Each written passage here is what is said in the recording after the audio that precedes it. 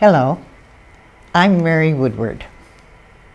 During today's lesson, you are going to hear a story of injustice, discrimination, and how a world war affected Bainbridge Island. You are going to hear the story of Bainbridge Islanders who were forced to leave their home for concentration camps in California and Idaho.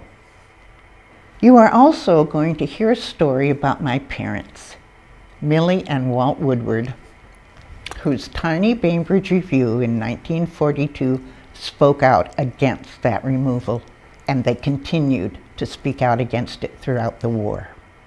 They gave voice to the shame and injustice of imprisoning people without due process of law.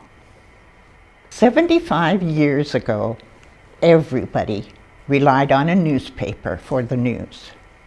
Today, we go online. Try to imagine a world without the internet.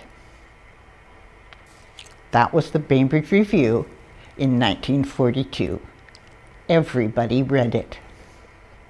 You will hear about how Japanese Americans were treated in a very un-American fashion. Yet they came home at the end of the war to exhibit just what it is to be part of a community. Like other islanders, these former inmates are community-oriented, family-oriented, caring, and generous, often spending their time and effort to educate and create understanding young people.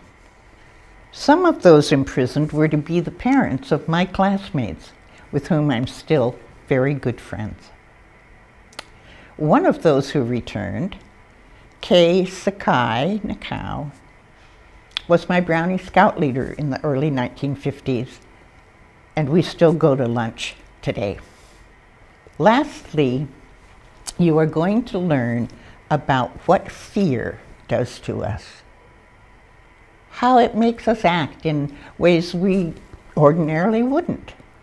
In this case, people acted against the Constitution that guarantees their rights. How we act in the face of fear says a lot about us. The story you will hear today has unfortunately been repeated in the United States and around the world for centuries, because we are afraid of what we don't understand, of something suddenly new. And often we lash out against it, trying to protect ourselves. We are here to discuss how we can change that pattern of fear creating injustice. The lesson is named In Defense of Our Neighbors, after a book I wrote a few years ago. I believe without question that if we learn our history, if we learn what happened in the past, we are better equipped to make changes for a better future. As it says on the wall of the Bainbridge Island Japanese American Exclusion Memorial, Nidoto Nayoni, let it not happen again. Learn, love, and look after each other, because this is our community and it's only as good as we build it. Thank you.